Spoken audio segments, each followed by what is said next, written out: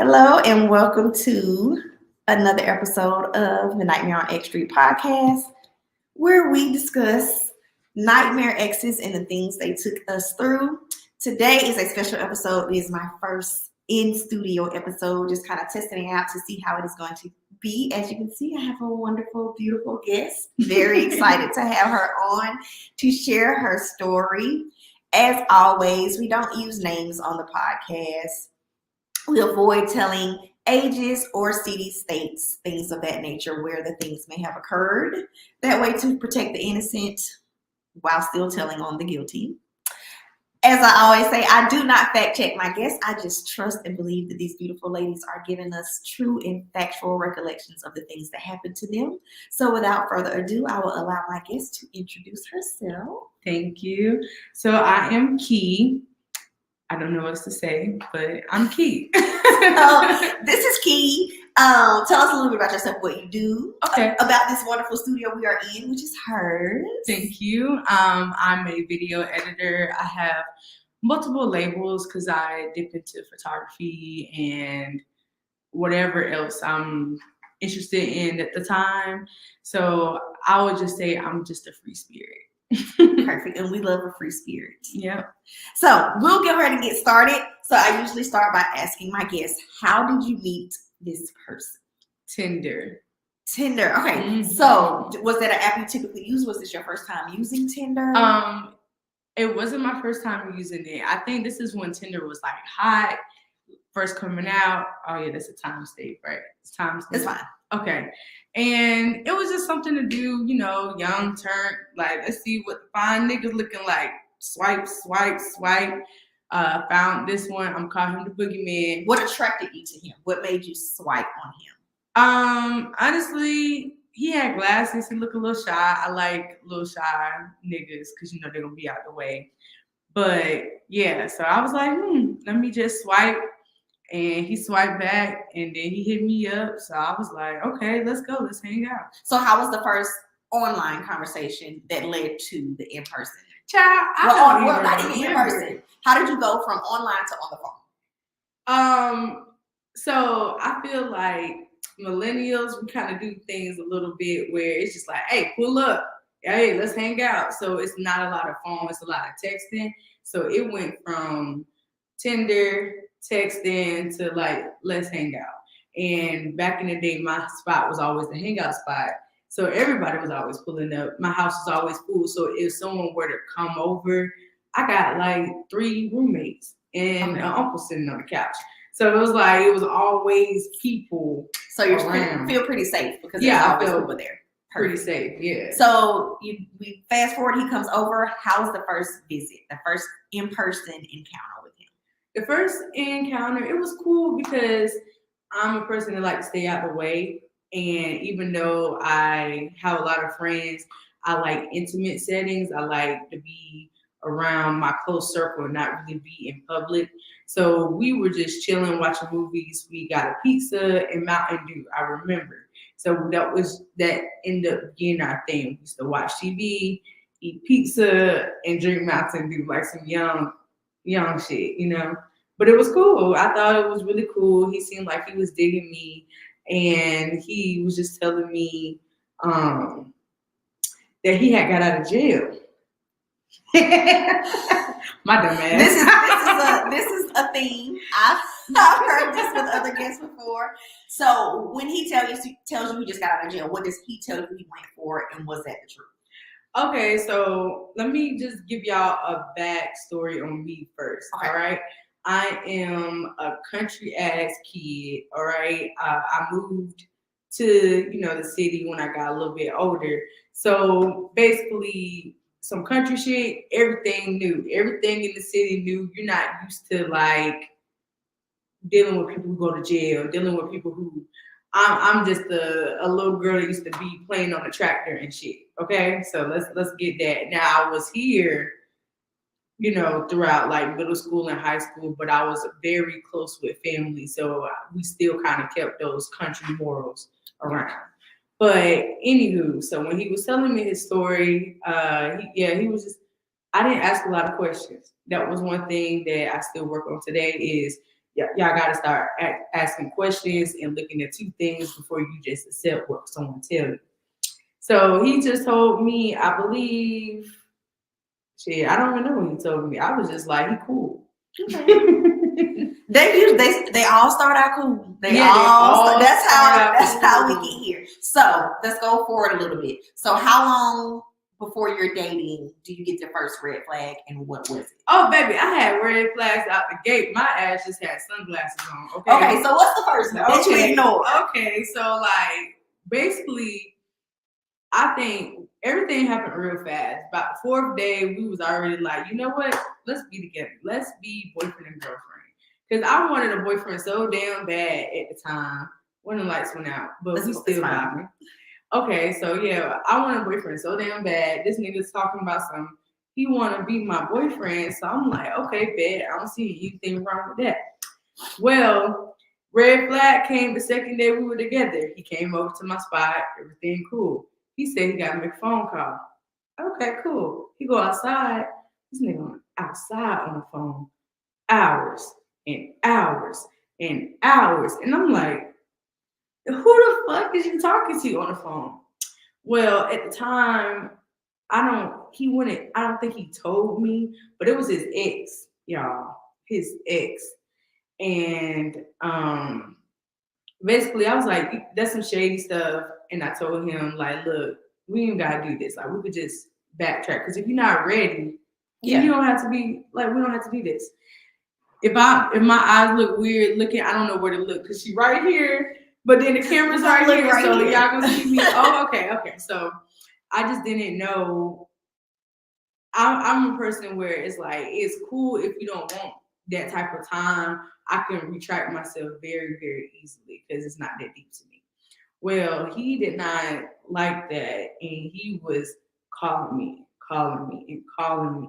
Now, as a young bitch, you think you got the sauce, okay? So I'm thinking like, oh, this nigga, he just want to keep calling me. He care about me, all that stuff. And my peers, we all haven't dealt with situations like that. So they like, damn, Kiki, like, what that pussy doing? That's the answer that I'm getting. Like, what you got going on that you got these niggas going crazy when really them niggas just crazy and got nothing to do with this sauce down here. It's fire. Anyway, so I remember my aunt is like, you know what? I don't think you should talk to him. My aunt told me, so that was another warning. Okay. And I'm still like, okay, I'm gonna tread lightly. I'm gonna give it another shot. I don't know what made me. I think his consistency. Okay. Because when you deal with men sometimes, or anyone, it seems that people are very inconsistent. So when you have someone that said they're gonna call you, they're gonna call you. When you have someone that's showing up, it's very hard to just write them off when there's a lot of people that you do, mess with, and they may not do that. So I thought that was pretty lit. Like, okay, he really wants to like try this thing out, so let me try. So it gets a little blurry, honestly, but I just remember he always seemed to have a real cool, calm, collected, even though a cool, calm, collected personality, even though he would hit me up and call me. It wasn't like, no, hey, you better answer the phone. It was just like, look, I really like you. Like, what's up? So I'm thinking, okay, you know what? This man is nice. Well, then little things start to happen. I remember it just got to where it got possessive, to where he don't really want to be a part at all, to where I couldn't really drive my own car without him. Like we was like this. To if I'm going to work, he at work with me, sitting down while I'm working. Yeah, when he had to go to work, he was upset with me. I wanted to leave. He bit me on my finger, on my thumb. I remember because my thumb bled, and so I would have to look at my thumb, and I remember just thinking. So wait, how did he get to bite your thumb? Were you just sitting there and he grabbed it? Were y'all arguing and you reached out? So I was dropping him off to work, and of course, when I'm dropping you off, now I want to go. I'm upset with you. You don't want me to leave upset. We're fighting for my keys. You see? And I'm just like, please let me get my keys and go. He doesn't want me to go. So he bites me to let go of the keys. He then turns back into his personality switches, the boogeyman. So when he's really mad like that, he gonna do that. Now he got the keys, he got what he want. Okay, baby, I'm gonna go to work. I'm sitting outside in the car. He come back checking on me. You good? You straight? So you can't leave because he has the keys. Mm-hmm. And now he's sweet like, baby, you good? You want something to eat? Kids you not. I'm young, y'all. I don't know what this. I'm like, huh? And it just keep getting more deep.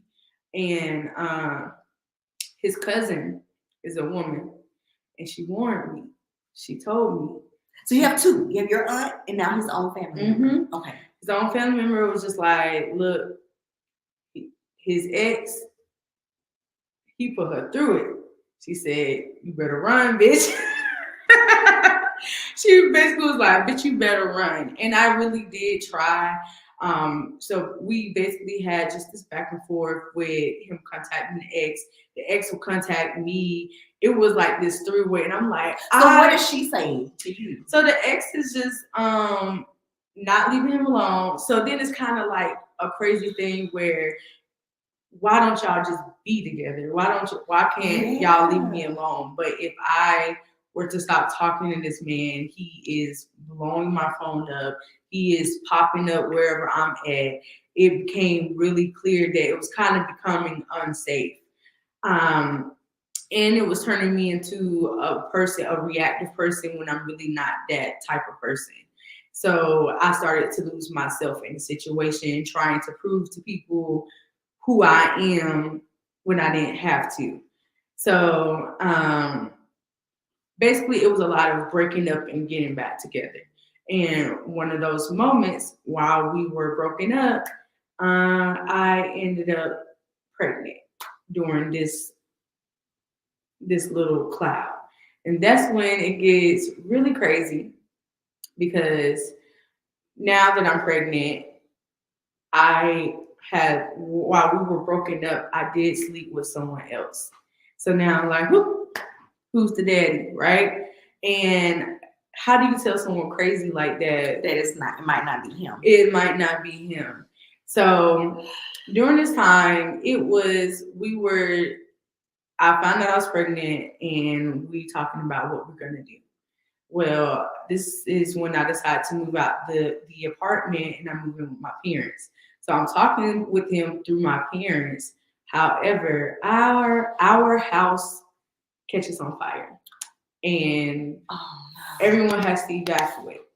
This is where it gets really real because now that I have to leave, my parents don't know where to go. I don't. So my mom lets me know. She's like, hey, is there anywhere you can go? Because I'm going to stay with your aunt. And my aunt was in a 1-bedroom apartment. It was her husband, their child, who was a baby. It was my dog now, it was my mom, and it was my brother in a 1-bedroom apartment. So it was kind of like, you know what? I'm gonna go with him because that's a lot. So let me stay over here. Well, while I was in that house, you could just imagine a house of horror. I talked to his mom. Me and his mom was really, really cool, and she allowed me to have the basement, and he was supposed to stay his ass upstairs. But of course, he could not leave me alone, and it was just a thing where it was so controlling to where he would keep me up at night if I, because he would get home late, and if I'm tired and he is up, then that does not matter. So he would keep me up at night. If I tried to refuse, then he would pick me up and make me be up, or there would be punching holes in the wall. And you're pregnant. And I'm pregnant. And you both know. And we both know. Okay. There's times when he's tried to drag me down the stairs. There's times where he's told me that he had a dream that he me and was just laughing about it. It was just like a lot of craziness going on in that house. And his mom is upstairs. Is she aware or? She is. So she know her son crazy, and she would try to be the mediator, but obviously it's too much. It's too much. Well, one day he is mad because I was sleeping. He was trying to get me up, and he was upset. And he said, "You know what? Call your friend. Tell him to come get you because like you tripping." And something told me to call my mom. Call my mom. She not stopping. She is on her way because the thing is, like I told y'all, 1 minute he's happy, next minute he not. So when he calmed down, he turned into, "Are you good? Are you okay? Let me protect you" type vibe. So once he calmed down, he was like, because he was trying to drag me down the stairs that night. He was kept me up. And so when he calmed down, he said, "Tell your mom she don't gotta come, like good." And I was like, "No, she on the way." Then it turned into, "She ain't finna get you out of this house." Yeah, very real. Very, very real. My mom, is his mom home? His mom is home too. Okay. So my mom comes. Now my mom is a hothead. And when he passed her, they bumped shoulders. And she like, "No, don't shoot her." They get the arguing. He like, "Bitch, I'll fuck your ass up." He's trying to fight my mom. And my ass, I'm just crying like, "Can we go? Can we go?" So we then I'm sorry. I just realized I'm not even telling y'all. I fast forward to when I left. I done had the baby already. Let me retract my steps. Okay. During the time around when I was like 3 or 4 months pregnant, while I was in that house, he was not trying to let me leave, and he was holding a knife to my face, basically. Like it got that deep. I had my aunt on the phone. She was sending me Ubers because she said, "Hey, look, you can let her. You can keep the car what she got. Just let her leave." He was refusing them. She said, "Hey, if you don't let her go, I'm gonna call the cops." He knew the cops were coming, and that sent him kind of haywire. And so he had the knife to my face while I was pregnant. And he was just like, "You ruined everything. Everything is because of you." And I'm sitting there just like, "Please do not kill me." And luckily, because he don't know anything yet, he go, "I'm not going to kill you. You got my baby." Hallelujah. Well, the cops come, and I'm like, "Hey, I just want to leave." Cops like, "Cool," but he is still trying to talk to me. He still has my things, and they just so happen to see the knife in the middle of the floor, like on the doorway. So now they're like, "That's not where Nas goes. Something is going on," and they decided to lock him up without even dealing with me. When that happened, that gave me the time to have a Musa moment. And when I did, this is when my parents actually were able to rent a new house at the time before we lost that. So I moved in with my parents again for a minute. And during this time, I was able to come clean and let him know because now he's calm and he's away. And I would just let him know, "Hey, there's one more possibility." He obviously was not happy about it, and it took a different approach. He asked me to not say anything to the other guy. He wanted to be the dad regardless. And it took a turn to basically, once he got out, I did not have I didn't have the money for a DNA test because I did not have a job. However, he went into working, and we saved until we were able to buy a DNA test, because I let him know. I said, hey, I did what I did, but I don't want to do any more convincing. I don't know until we get the test results back. During the time we get the test results back, it came out that it wasn't his baby. This man sat there and told me to lie to everyone and say that it was his baby. Because, yeah. So during this time is somewhere where the whole thing happened with my mom, and that's when he would start trying to not let me leave. So yeah, so I ended up basically back over living with him when the house rental that we were in, that just went bad, and I went with him, and my mom was with my aunt in that one bedroom with everyone. So yeah, it's a little fuzzy because I actually haven't told this story in so long at all, really. So once I was there with him and we got the results back, and things transpired to where I was able to go live with my mom in a one bedroom, and he saw that. Okay, so yeah, we got the results back once I was away. Okay.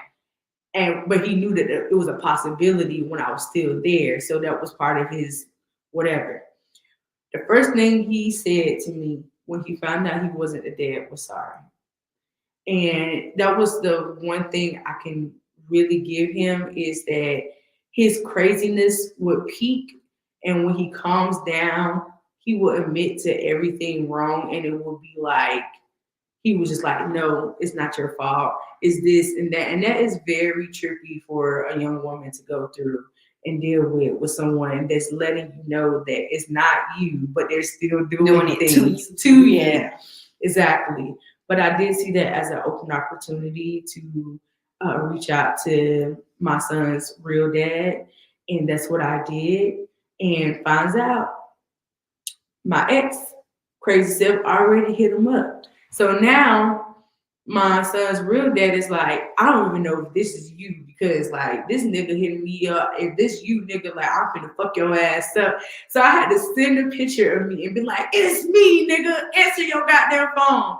So with that happened, I just let him know, like, hey, look, this is what it is. I will pay for the DNA test. I don't want to do no back and forth once again. Let's just go forward from here. Did that, and of course, because he was the only other person other than a girl that I was messing with at the time. You had a good time. So it was cool. Got the test results back, and that made me know that I don't have to deal with him any longer. So how do you end it? Okay. So then, of course, the separation, I knew I had to be smart about it because he is very reactive. So I slowly loosened up my communication with him. There was one time where he showed up to my job and kidnapped me. Yes, because he showed up to my job. I should have not sat in the car with him because, of course, he drives off. And he lets me know that the child care needs to be split between three of us. It needs to be, I need to have some time custody. He needs to, and the real father, because he was a part of this. Yes. His side of the family loved me so much that they were happy that the baby wasn't blood, but they would still send gifts. They would still ask for him. It was very much a thing where it was just a tricky situation where I had another family caring for my baby so much, and they wanted to be involved. However, the main man was That's just what you don't not like. safe, just not safe at all. Of course, there's a lot of details that I'm leaving out because it every day was something crazy. But that is basically the gist of it. So how do we end? So the ending would be the ending was so he was still trying to communicate with me. And I remember the thing that really clicked to me, like, it's just nothing's gonna happen. Is he was telling me about how much he loved me and how much he went to go see the lady so that way he could get his anger under control and everything. And then he's like, we're talking on the phone. He's like, yeah, my homeboy, he dumb. He want to have these girls over tonight. Blah blah blah blah blah. I'm like, okay, whatever.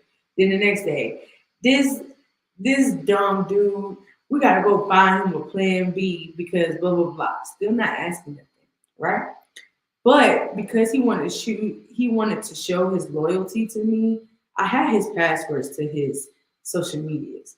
So I look and I'm seeing Facebook messages, and I'm not gonna be mean, but just this not so. She's not you. She's not as the beauty is not what I would say is beauty, but it's beauty in someone's eyes because everyone is beautiful in someone's eyes. I'm just seeing that dick so good and blah blah blah. But then I'm also seeing the group chat where they're calling Boogeyman the baby killer because all the stuff he's telling me and putting on his friend is him, and it's not even any information that I was asking about anyway. It wasn't anything that I was pressing, and I don't know why, but there's something in that it just really clicked for me. He then threatened to commit, and that had me worried. And I was hitting up his friends like, hey, please check on him. Of course, he got mad about that. And it's because he don't really mean that shit, Jody. You just doing that shit like you always do. So, baby boy, by the way. Yeah. So basically, I don't really remember like what I did after that, but I just slowly it just like became less and less of a thing. And another thing that kept me safe is his real dad does not play. His real dad is the complete opposite. He does not play about his son, and he does not play about me.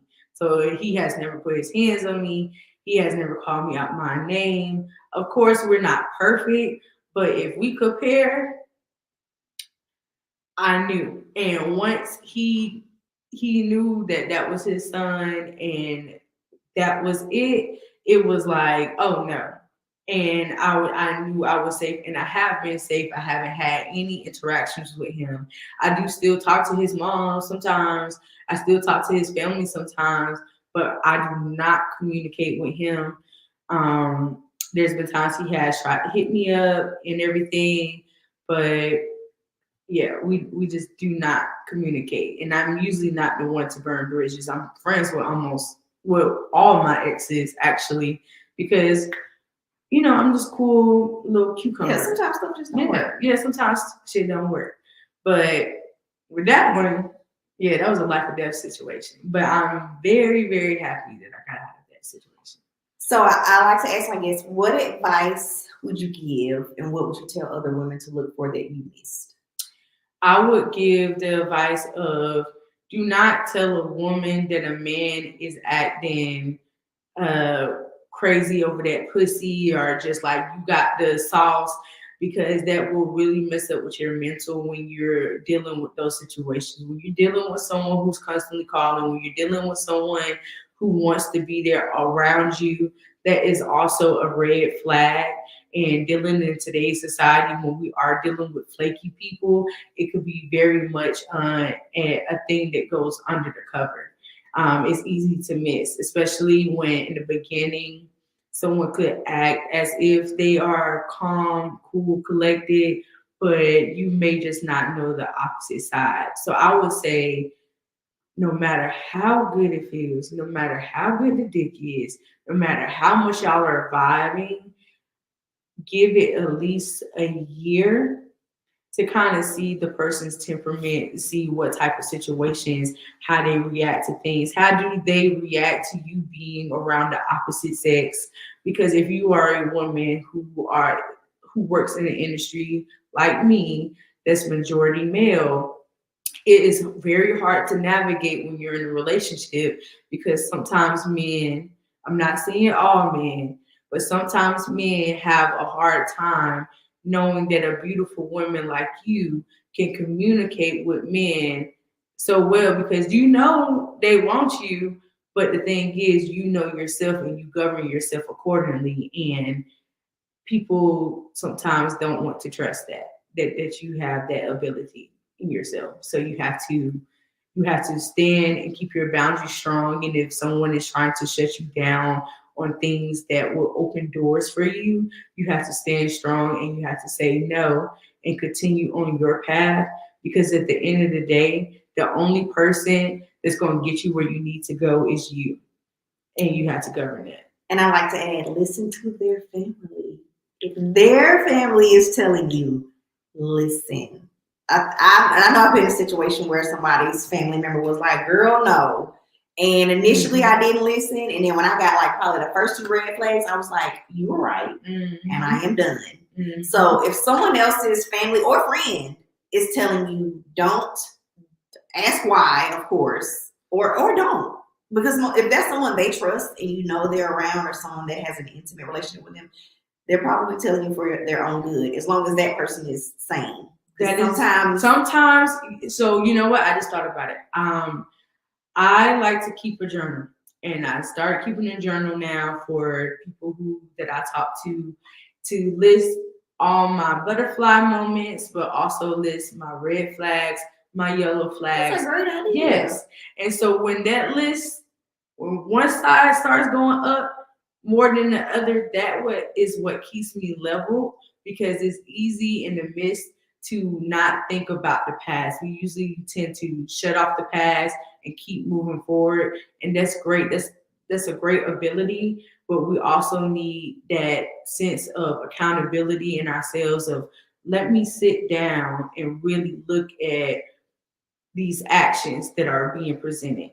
And also trusting your gut. If you get this icky feeling, even if nothing has happened, trusting yourself that without being shown that feeling is true. Because when we do that, that saves us from the I told you so moments. You had the red flags, you had the gut feeling, but you wanted to fuck around and find out. And sometimes those fuck around and find out, you may not be able to see the end of that tunnel, and it's really in an unsafe situation. And I'm talking to men too, because just with us women,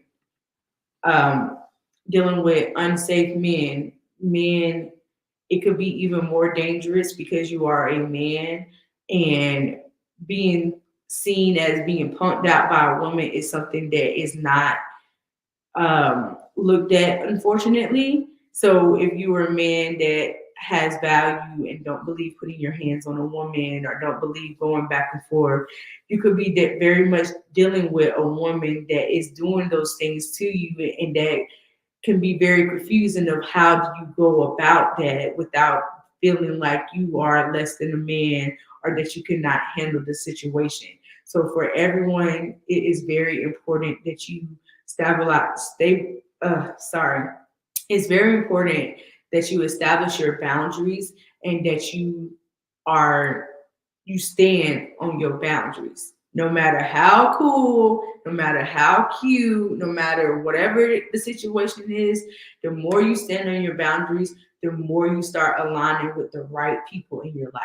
The more you stand for things that you are sitting in things that you do not deserve, the more it looks like that's what you deserve because you know better. Perfect. Very well said. Give us your name again. My name is Key. And what's the name of your studio space? It's so funny, it doesn't have a name. So, ATL, we got y'all. I'm tripping. I just correlated. You just told me. ATL, we got y'all. This is for all creatives, who are genuine, that want to help other creators build something. Like, I'm a video editor. I can help her edit this podcast. She needs a guest. I'm here to tell my story, to support. Let's support each other in the best way we can. Yes, so please, if you want to be a part of it, I'm still correlating everything, but it is an Instagram page called ATL We Got Y'all. There's no picture on there yet or anything, but it is me. And yes, and it's a blank space, so you can come in, and there's two rooms. There's a room behind us. Yep. So you can come in if you work from home and you just want a space to work quietly. Yes. You can rent the space for that. Mm-hmm. If you, whatever. And I will work with your price. If you work with me, I will work with you. It's not anything. I'm not trying to take anyone's money. I'm trying to keep this place open, and I want creative people to be able to have somewhere to correlate their own dreams. Perfect. Well, thank you so much for coming on. Again, if you or someone you know is in immediate danger and you need help, please dial 911. If you are in need of therapy services on your mobile device, dial 988.